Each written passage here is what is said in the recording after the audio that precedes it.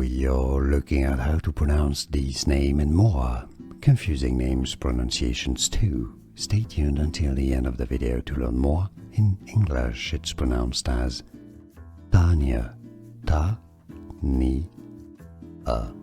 Stress on the first syllable. Now in different languages, Tania, Tania, in Spanish for example, or in English again, Tania. Now you know, stay tuned to learn more.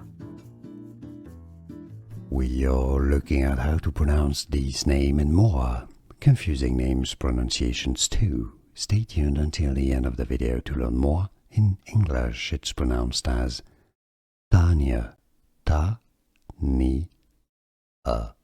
Stress on the first syllable. Now in different languages, Tania, Tania, in Spanish for example, or in English again, Tania. Now you know, stay tuned to learn more.